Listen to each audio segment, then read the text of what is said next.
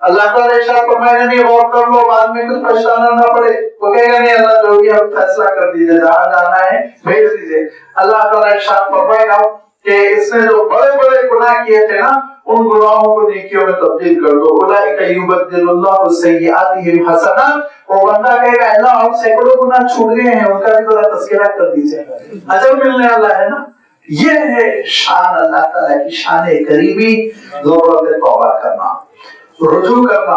فَقُلْتُ اسْتَغْفِرُوا رَبَّكُمْ، میں نے کہا مولا کہ اے بندو اللہ اپنے رب سے استغفار کرو۔ رب سے کیا پڑھتا؟ اپنے رب سے جو تمہاری پرورش کر رہا ہے اس سے استغفار کر لو، کیونکہ انہ کان غفارا، بہت معاف کرنے والا، بہت گناہوں پہ پردہ ڈالنے والا ہے۔ لہذا یہ وہ استغفار ہے جس کی کیفیت کا آپ اندازہ کیجئے، جس کی فضیلت کا، جس کی اہمیت کا، کہ اللہ تعالیٰ اپنے رسول سے فرما رہا ہے اذا جاء نصر اللہ والفتح ورأيت الناس يدخلون في دين الله أفواجا، کیسا فرمایا فسبح بحمد ربك واستغفر، واحد کا صیغہ ہے کہ خوب اللہ کی تسبیح بیان کیجئے اے رسول اور استغفار کا اہتمام کیجئے۔ رسول کو استغفار کی ضرورت نہیں ہے، لیکن درجات کی بلندی یہ اللہ تعالیٰ سے محبت کا مظاہرہ ہے، اس کے سامنے بندگی کا مظاہرہ ہے، یہ تعلق ہے جو اللہ تعالیٰ سے بڑھتا چلا جاتا ہے۔ یہاں فرمایا کہ دیکھو استغفار کرو، توبہ کرو، اللہ کی طرف لوٹو، پھر آخرت میں تو جو ملنا ہے ملے گا الحمدللہ، لیکن دنیا میں بھی اتنے فائدے ہیں۔ یہ وہی فرمایا یرسل السماء علیکم مدرارا، قحط تھی، بارش نہیں ہو رہی تھی، ارشاد فرمایا کہ وہ آسمان کو بادلوں سے بھر دے گا۔ یرسل السماء علیکم مدرارا، اس کے معنی یہ آسمان خوب برس پڑے گا تمہیں۔ درہ کے معنی ہوتے ہیں کہ پانی بہہ پڑنا، انڈیل دینا، اور آسمان پہ ویسے بادلوں کو بھیجے گا کہ تمہارے لیے پانی کو انڈیل دے گا، خوب بارش ہوگی۔ اور نمبر 2 وَيُمْدِدْكُمْ بِأَمْوَالٍ، اللہ تعالیٰ دولت بھی عطا کرے گا، زندگی میں خوشحالی دے گا، استغفار کر کے تو دیکھو۔ وَبَنِينَ، اولاد بھی دے گا اللہ تعالیٰ، اولاد میں بھی برکت دے گا۔ اور یہ 3 چیزیں تو ہو گئی، اور اس کے بعد آخرت کے بارے میں فرمایا وَيَجْعَلْ لَكُمْ جَنَّاتٍ وَيَجْعَلْ لَكُمْ أَنْهَارًا، اور وہ تمہارے لیے جنتیں تیار کرے گا جن میں نہریں بہ رہی ہوں گی۔ جنت کی نعمتیں بھی ہیں، دنیا کی نعمتیں بھی ہیں، سب کچھ تم کو استغفار کرنے پہ ملتا چلا جائے گا۔ حضرت حسن بصری رحمت اللہ علیہ کے پاس ایک صحابہ ہے، حضرت حسن بصری سے تعارف ہوگا، حضرت کو میں جانتا ہوں، بہت بڑے اہل اللہ میں سے سید التابعین کہا گیا ہے ان کو، سید التابعین، جو صحابہ کے بعد جنریشن آیا تھا وہ تابعین کی نسل ہے۔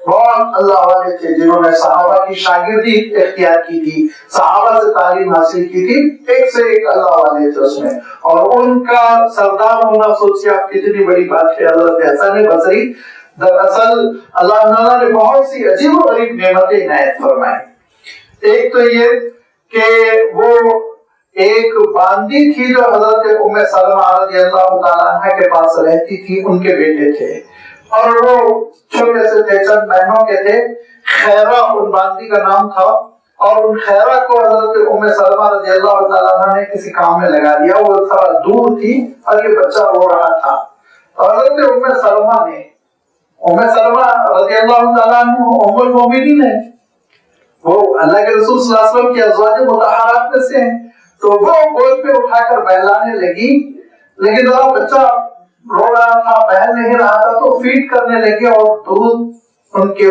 منہ میں آ گیا حضرت حسن بصری کے، اور دودھ پیا انہوں نے ام المؤمنین کا۔ اس کی وجہ سے عجیب حکمت تھی جو اللہ تعالیٰ نے آپ کی زبان پر جاری کر دی۔ پھر اکابر صحابہ کی شاگردی میں رہے، حضرت عائشہ رضی اللہ تعالیٰ عنہ کا سبق ہوا کرتا تھا، پردہ ہوتا تھا، پردے کے باہر صحابہ بھی، جونیئر صحابہ بھی اور تابعین بھی بیٹھتے تھے اور احادیث سنتے تھے، یاد کرتے تھے۔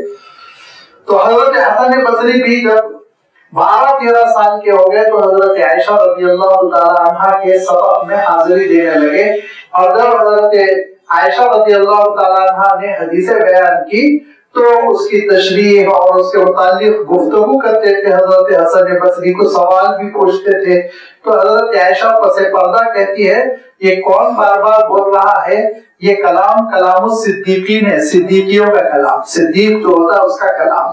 تو انہوں نے کہا ایک نوجوان سا لڑکا ہے حسن، کہا اس کے کلام میں نبوت کی روشنی ہے، یہ وہ حضرت حسن بصری۔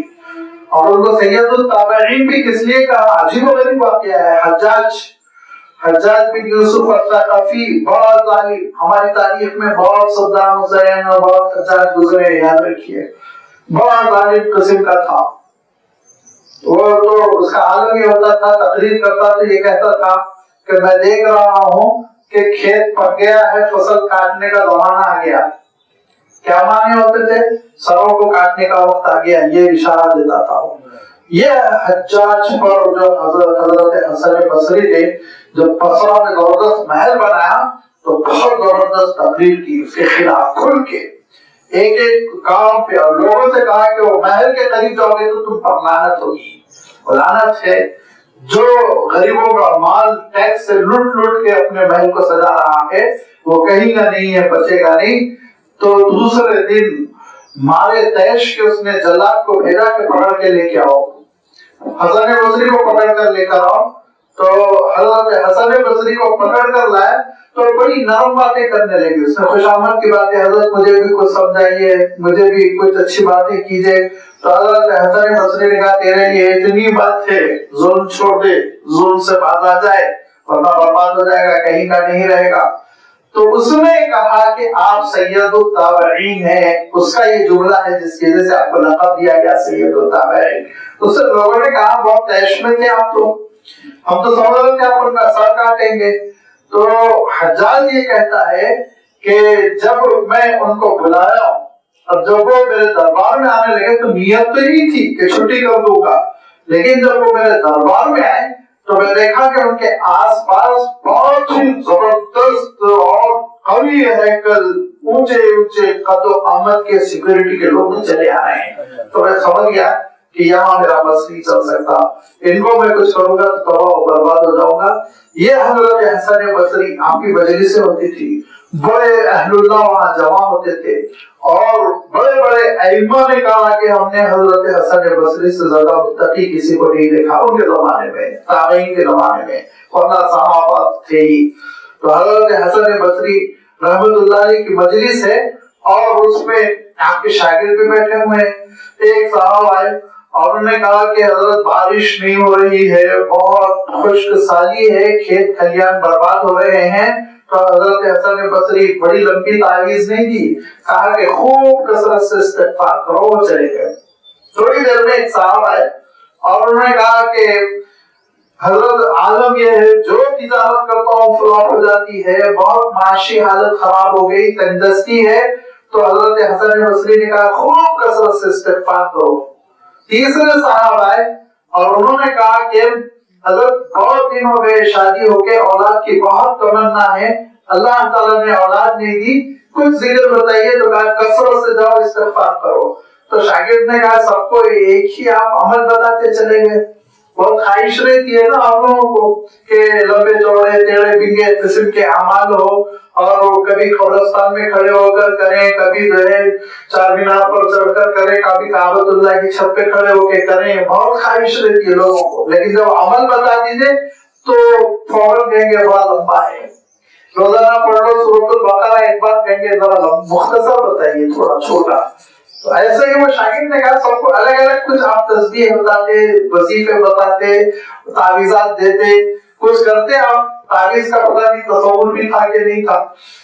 تو حضرت حسن بصری نے کہا میں نے اپنی جانب سے نہیں کیا، میں نے اپنی جانب سے نہیں کیا، یہ اللہ تعالیٰ کا فتویٰ ہے، فَقُلْتُ اسْتَغْفِرُوا رَبَّكُمْ إِنَّهُ كَانَ غَفَّارًا، استغفار کرو گے تو یرسل السماء علیکم مدرارا، خوب بارش ہوگی، استغفار کرو گے یمددکم باموال، دولت میں وہ برکت دے گا، استغفار کرو گے ویمددکم باموال وبنین، اولاد میں بھی وہ برکت دے گا، اولاد عطا کرے گا۔ استغفار تو ساری چیزوں کا حل ہے فرمایا۔